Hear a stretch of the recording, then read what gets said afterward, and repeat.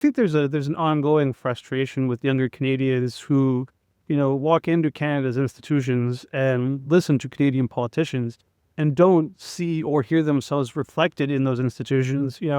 There is, well, there's just an age divide here. Like this last election was decided by, mainly by Canadians 60 plus in Ontario. Like that really conservatives did make a lot of gains there, but there is an age divide. And politically, there's always been the inclination of parties to pander more to those who vote in larger numbers, which is older Canadians.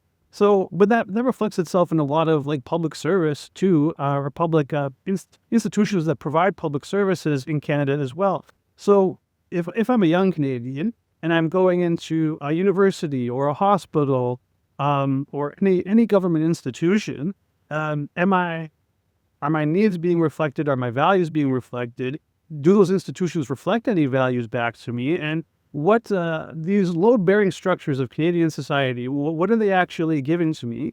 And a lot of young Canadians don't see that. So, whether it be a museum or, a university or really any institution that the government has its hands in, there's an inclination on the conservative side to back away, especially from arts and culture, and say, well, we don't, there's no conservative artists, there's no conservative art, so we will just, back away from this and let them become captive of, those who we disagree with because we naturally don't fit in these spaces, which to me is kind of ridiculous. We can't you can't, as a conservative or even just someone, as a patriot, someone who cares about your country, you can't just say, well, I'm not going to participate or run for the school board because, it's all full of lefties and I won't have a space there. No, it's exactly because of that you should participate, that you should go to any sort of public information hearing on the municipal, provincial, or federal level. That's why you should contact your MP. That's why you should express your opinion, because you may think that you are in the minority, but expressing your opinion and participating in Canada's culture is actually key culturally for Canada to sustain itself and have, healthy democratic debate and civic participation.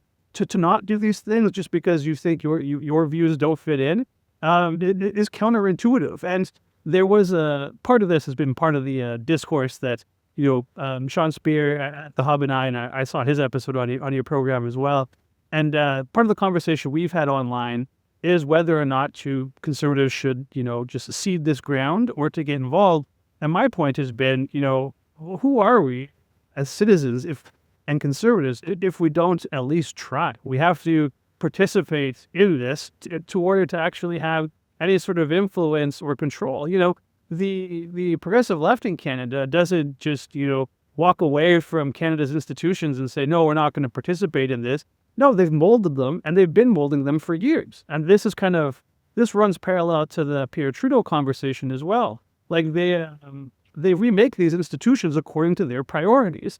And the answer from the conservative side isn't to just let them, it's to participate as well. And even if you lose, it's good to present a counterpoint. Like, no institution should be totally beholden to one part of the ideological spectrum or one group's agenda.